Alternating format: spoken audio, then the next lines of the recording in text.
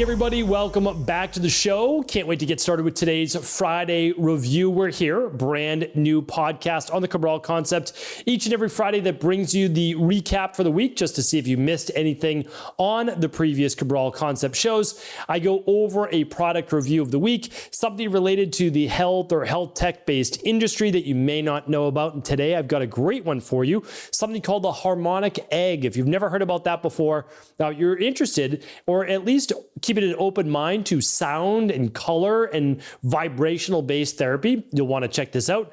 The book that actually started this whole movement, and then I have two brand new research studies for you today.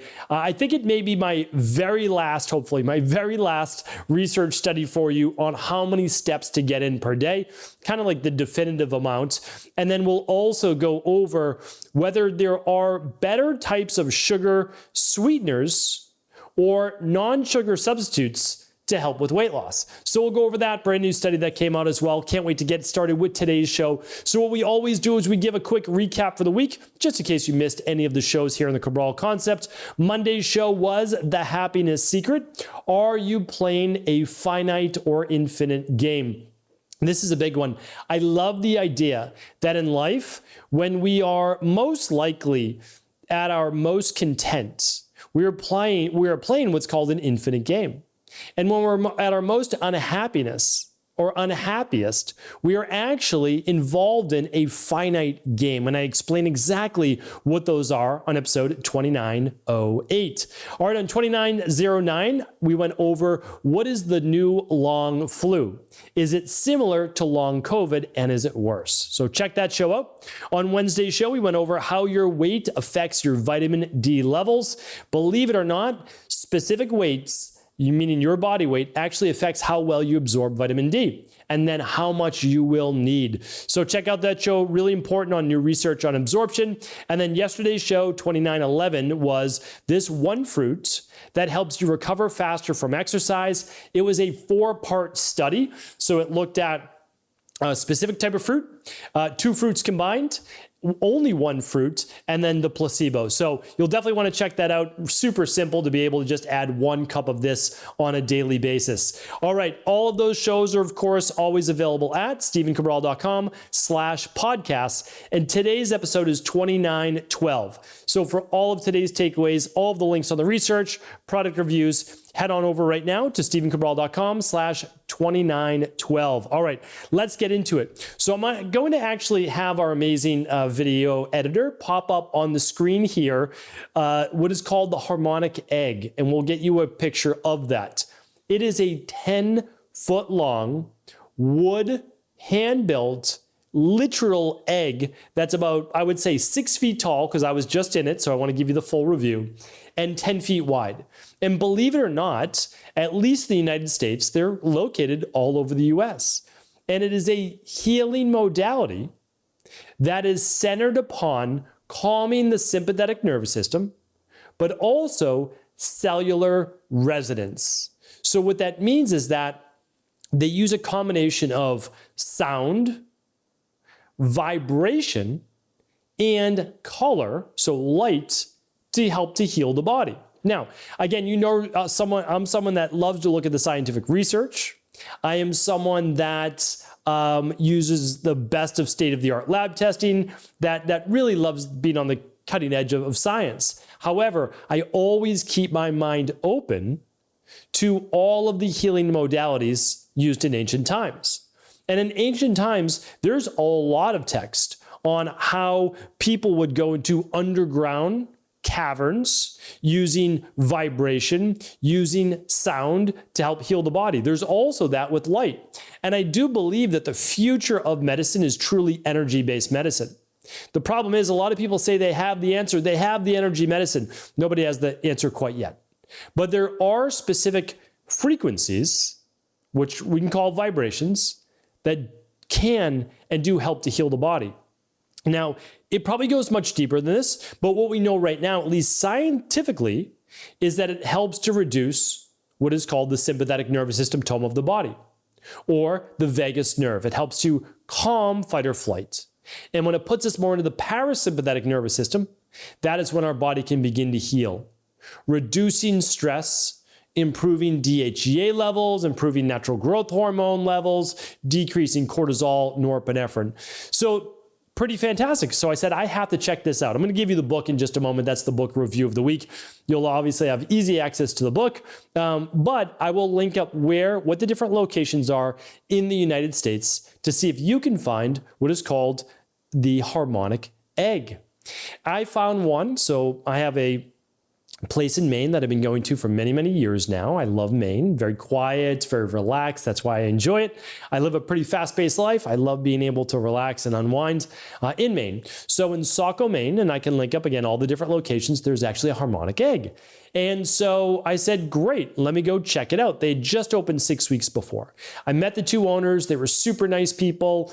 One of the owners was all in because of, I won't say exactly what, a health issue that they were dealing with. They were a musician trying to get back to music. And what they found was that the Harmonic Egg, because they had used it previously, was helping them to recover what they feel that much faster. So I said, you know what? Let me give it a shot. I like to keep an open mind. I like to try everything that's, of course, safe. So I walk into this giant white, and I'm going to put this up on my Instagram here today. My Instagram is just my name, Stephen Cabral. I'll put it in the stories. And it is a giant 10-foot wide by about 6-foot tall egg that has a door that slides open and then, of course, slides closed. You sit in this recliner that tilts you back into what's called zero gravity. Now, it's not exactly, you're not floating in the air, but you feel in a more relaxed state. Then they turn on specific music that's somewhat akin to binaural beats, and you're just listening to the vibration and the sound as it bounces off what's known as sacred geometry. So it basically uses a specific design, so panels that are built in a way to enhance the acoustics. That's the best way to say it. And then they have a specific light that correlates with whatever you feel your body needs, and they choose the light for you. So, for example, red increases energy in the body. I didn't use red. I had more of like a lavender for relaxation. I'm always looking to just calm that sympathetic nervous system. So I can tell you my experience. One is that the music wasn't very loud. I would actually have wanted the music maybe just a little bit louder, but I'm not the Harmonic Egg expert. And so I laid back in the chair and I just said, you know, like most people with the racing mind, what am I doing here? What is this? And I just said, just go with it. Relax. You're here for 50 minutes. Enjoy. And so I just allowed my mind to relax. I started to just try to meditate. And within, I would say 10 minutes, I was asleep. I literally fell asleep. And then I woke back up maybe 20 minutes, 30 minutes later, fell back to sleep again. And then they toned down the music. They quieted the music for the last 10 minutes. And as the music was turned off, my body naturally awakened. All I can tell you is this, because I didn't go in with any specific ailments, but they do say that you can actually feel this for days to a week later, meaning like a change in your state, your mind, your mood, your energy, your healing. And they recommend doing the Harmonic Egg once to twice a month only. That's what they told me. So I was fascinated because, listen, like the truth is this, I feel like I woke up refreshed, right, from a deep nap. Now, was that the nap itself, or did it have to do with the Harmonic Egg? I don't know. But what I can say is this, I'm not against nor ruling out the potential of using the specific sound, maybe the binaural beats that are in there, the light and the acoustics that essentially bounces off and resonates with the water, because we know that it affects water, the water in our own body at a cellular level. And since we're 2/3 water, this could be something that we see proven out in the science years from now. So what I would say is this, little downside, potentially all upside. Now I'll go over the book, and then of course I'll link up all the different Harmonic Egg locations at stephencabral.com/2912. All right, so the book that started all of this is by Gail Lynn. I don't specifically know Gail Lynn. I've never met Gail Lynn, but she has worked in the automotive, telecommunications, and film industries.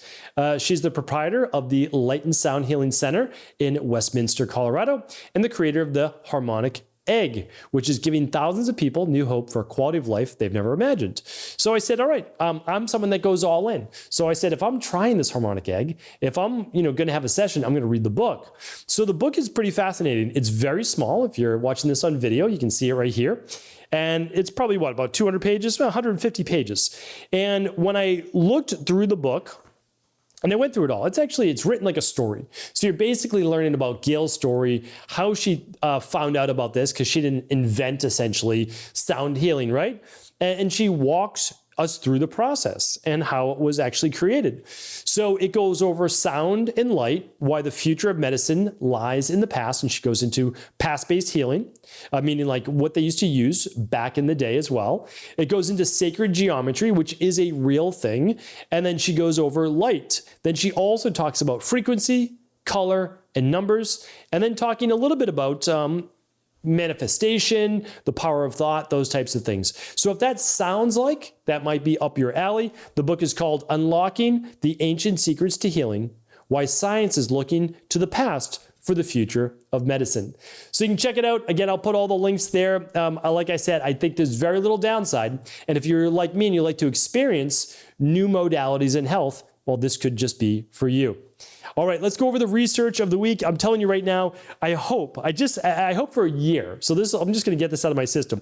That this is going to be the last time I'm going to be talking about non-sugar sweeteners, I hope, but definitely about steps. All right, so I'm going to give you both studies. They're very quick and why it's going to be the last time. All right, so here we go. So this one was just done by Dr. Bassin out of, let's see here, the Department of Nutrition at Case Western Reserve University in Cleveland, commenting on the new guidelines from the World Health Organization.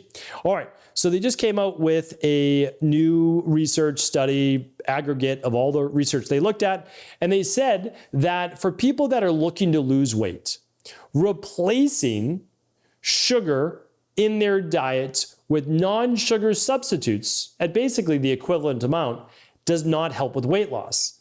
And for a lot of people in the industry, we've been saying this for a long time. Some of those are healthier than others, meaning like a stevia or a lohan, these can have some benefits to them. But if you're using aspartame, if you're using sucralose, Splenda, etc., you're not going to find a lot of benefit at all, and there's more potential downside than upside. What the study also found was that for sugar-based sweeteners, coconut sugar and or dates or date syrup seem to be the least egregious in terms of weight gain. Now, I would actually share with you, has been doing this now in private practice for 25 years, that raw honey and or organic maple syrup, as close to the source as possible, are acceptable sweeteners as well.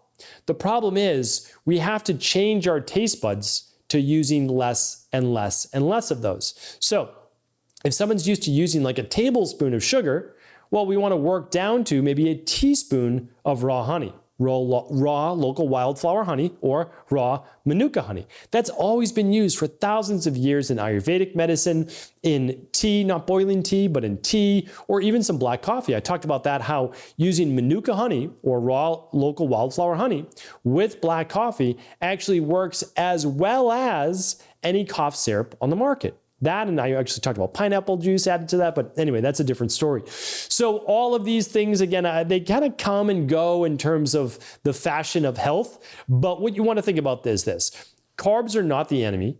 A little natural sweetener in your diet is going to be fine, but you have to look at the total sum of what you're eating, right? And if you're adding a lot of sugar to things in general, you have to ask yourself, what kind of foods are you eating in the first place, right? So if you're eating candy, but it's a sugar substitute, it's still candy. So whole foods don't really need sugar added to them. Like you're not putting even raw honey typically on top of some, let's just say purple sweet potatoes, salmon, and broccoli. You're typically not doing that, right? So we need to look at what are we actually eating? Why would we be adding sugar to it in the first place? All right, hopefully that's helpful. But again, we can't sugar substitute our way out of it. All right, the last one is this. I'm telling you, this has to be my last time talking about steps. All right, 8,000 is the new 10,000. steps, that is. This is by, let's see here, out of Piedmont Healthcare. All right. New research suggests 8,000 steps once or twice a week may just be as effective as 10,000 steps. The study, researchers at Kyoto University in Japan, published in JAMA Network Open, found that 8,000 steps still leads to a lower risk of dying from heart disease or any cause for that matter. Adults who walked a minimum of 8,000 steps, about 4 miles, 1 or 2 days a week were 14.9% less likely to die within a decade versus adults who walk less.